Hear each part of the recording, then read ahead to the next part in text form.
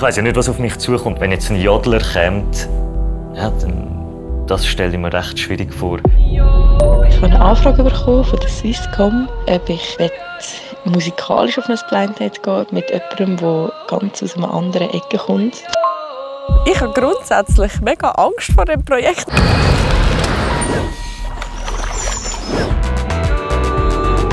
James Simon Felber. Varghese. Wie schreibst du das? Mit E, Simone.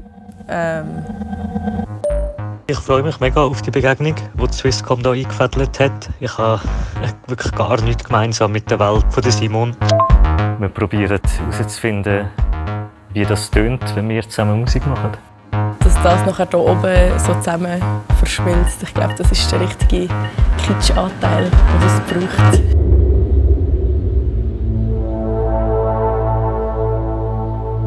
Ich heiße James Varghese. Ich mache elektronische Musik im Bereich Ambient und Electronica. Ich glaube, das Spannende an elektronischen Sounds ist, dass es nicht direkt zuordnen kannst. Dass du in eine Welt eintauchen kannst, wo man nicht gerade weiss, wo man ist. Wo man manchmal auch nicht greifen kann. Es kann aus einem anderen Universum kommen oder manchmal einfach in einem luftleeren Raum sein.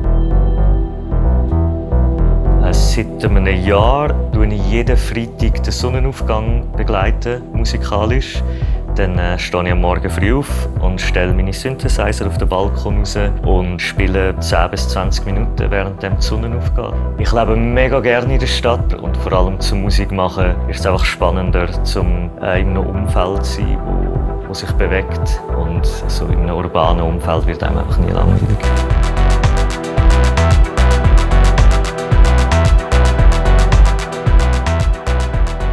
Ich mache eigentlich mega gerne Sessions mit anderen Künstlern.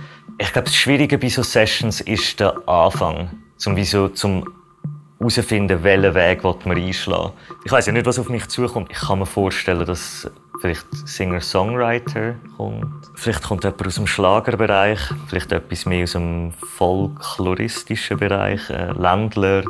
Wenn jetzt ein Jodler kommt, dann das stelle ich mir recht schwierig vor. Ich habe es nie gross gehört. Trachten, Berge, der Gurt mit den Kühen drauf. Das sind so die Bilder, die ich im Kopf habe. Ich bin Simon Felber, ich bin Sängerin und Jodlerin. Und ich bin mit verschiedenen Projekten unterwegs. Unter anderem mit dem feministischen Jodelchor Echo vom Eierstock.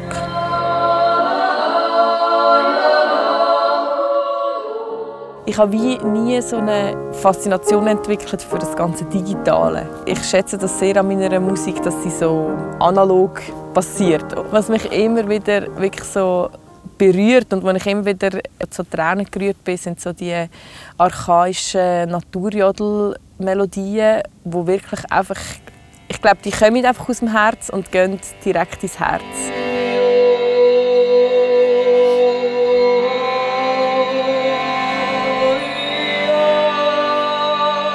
Für mich ist die Natur so ein kreativer Prozessort. Ich schöpfe sehr viele Ideen oder so kreative Energie im Austausch mit Menschen, muss aber das nachher wie in der Ruhe und in der Stille verarbeiten. Und das ist das, was dann eigentlich in der Natur passiert. Ich habe grundsätzlich mega Angst vor dem Projekt. Wenn ich jetzt so daran denke, oh, wir müssen etwas zusammen machen oder wir müssen etwas zusammen kreieren, dann habe ich schon sehr grossen Respekt davor, weil ich auch einerseits natürlich meine Musik irgendwie einbringen will, aber dann ja auch wie das mit dieser anderen Stilrichtung verbinden, dass das irgendwie so zusammenwächst. Und ich glaube, das ist schon eine grosse Challenge. Ich mache so viel alleine, dass ich mich mega darauf freue, es Gegenüber zu haben. Ich gehe davon aus, dass es kein Elektronikkünstler ist, weil es um den Kontrast geht. Also ich kann mir sehr gut vorstellen, dass es so in die Richtung so Rock, Metal, irgendwie so etwas. Ich glaube, am schwierigsten stelle ich es mir so vor, dass etwas mit elektronischer Musik passiert, weil das halt wirklich sehr weit weg ist von dem, was ich mache. So. Die Klischees von elektronischer Musik sind für mich schon eher so Partymusik. Ich würde jetzt sagen, dass alles immer so ein bisschen gleich tönt oder könnte ein bisschen monoton sein. Ich glaube, die grösste Herausforderung wird wirklich einfach sein, eine gemeinsame Sprache zu finden. Dass das, was ich mache, dass man es irgendwie schafft zu kombinieren mit dem, was die andere Person macht.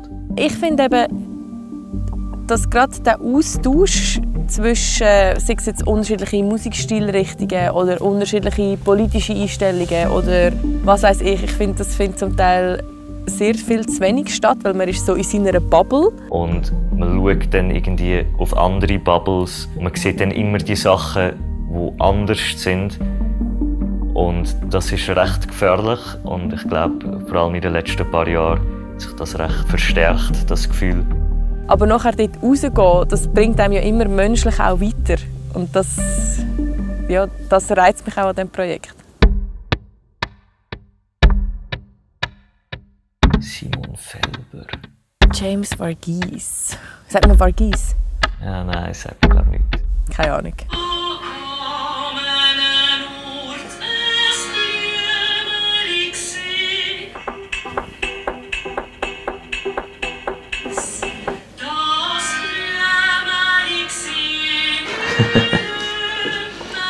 Ja. Also ich liebe das, wenn so die Tracks so lang sind. Weil das ist etwas, das finde ich etwas mega Dummes beim Jodeln. Man hat so 2 Minuten, 3 Minuten Stückchen und ich finde es so geil, wenn es so eine Entwicklung gibt innerhalb des Stücks und es eben auch so langsam passiert. Auf das freue ich mich. Ich glaube, allgemein die Stimme, das ist etwas, was ich in der elektronischen Musik schwierig finde. Oder in der Art, wie ich es mache, weil ich eigentlich nie mit Stimmen arbeite.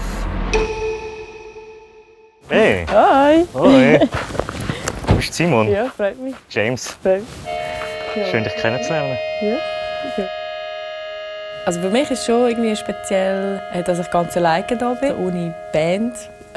Und jetzt einfach mal schauen, wie das funktioniert.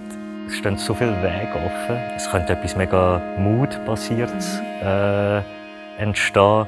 Oder vielleicht wird es auch schon recht rhythmisch und dancey, wer weiß. Vielleicht gibt es auch einen Rave am Schluss.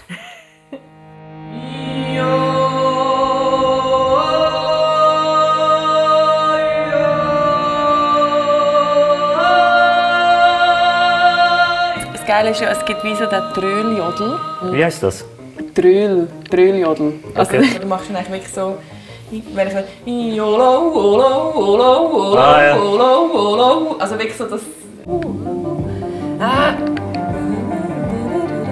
Du sagst, welcher Teil verwirrend ist. Weißt du, ist es Taktlänge? Oder? Hey, nein, ich muss wie herausfinden, wo das ich brechen kann.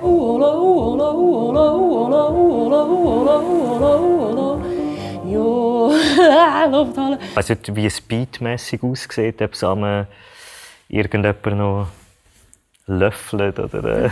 Wenn das ein Jodelchor macht, dann lässt der ganze Chor einfach auf die Vorjodlerin oder auf den Vorjodler, bis der nachher wieder Stufen wechselt. Und dann gibt es nichts von.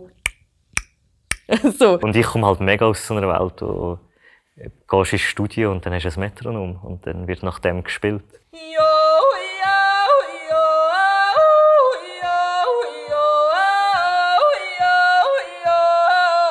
Hey, komm, wir probieren mal Autotune drauf tun, auf die Stimme. Please!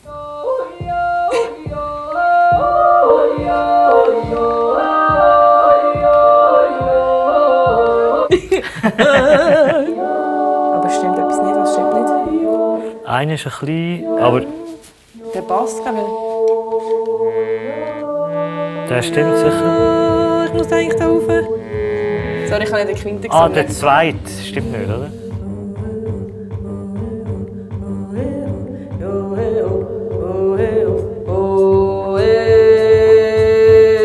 Ich war auf eine Art erstaunt, obwohl eigentlich hätte ich es müssen, oder ich weiß es ja, aber ich höre die Musik eigentlich nicht, die du machst oder du herkommst.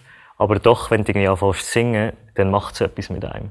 Ich bin mit meiner Stimme, das ist wie das, was ich kann und das, was ich irgendwie mache und wo ich gerne damit experimentiere. Das ist für mich so wie normal. Und das, was der James macht, ist aber für mich so mega unverständlich. Ich denke so, wow, der macht jetzt gerade mega viele Sachen dort an seinem Pult hin und ich singe ja nur. Und ich habe gedacht, nein, ich mache ja nichts, du bist am Singen. Singen ist eigentlich das Krasse. Ein paar Knöpfe drücken, das kann jeder. Ich meine, jetzt haben wir einen Tag zusammen gearbeitet, jetzt haben wir uns kennengelernt, es sind mega viele Ideen herum und jetzt müssen sich die irgendwie setzen und höchstwahrscheinlich haben wir in 3 Tagen das Gefühl, hey, nein, was haben wir jetzt da gemacht? Das ist alles, das alles können wir nie zeigen.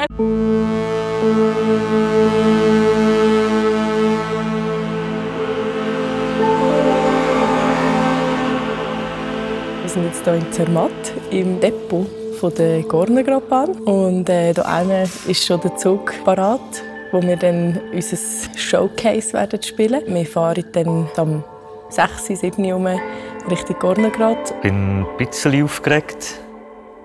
Freue mich dann, wenn alles steht und ich weiss, dass alles läuft. Ich muss noch ein paar Sachen checken. Hey, also was mir heute am Morgen in den Sinn kam, ist, habe ich mir plötzlich überlegt, wie ist es überhaupt so weit oben zu singen? So,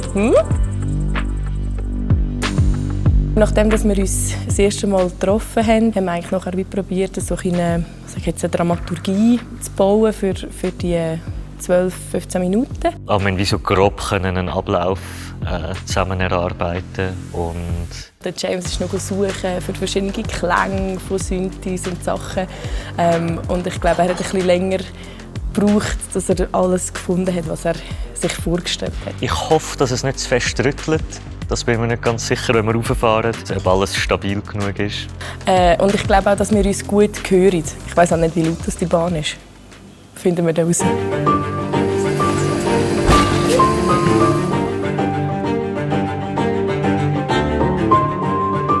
Für mich ist es mega speziell, um wieder da zu sein. Ich war vor 2 Jahren in Zermatt und bin das erste Mal mit der Gornergratbahn raufgefahren.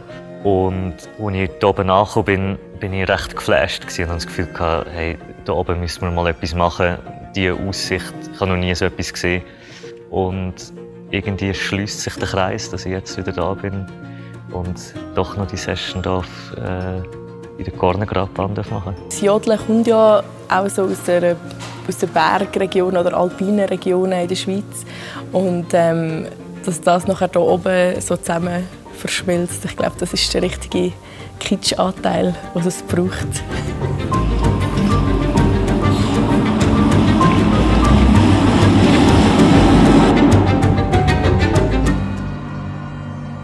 Alles auf Anfang. Am Anfang ist alles, was es gibt, eine Erzählung davon. Komm, wir schaffen in der Geschichte ein Gedicht, das erzählt, wie es erzählen so geht.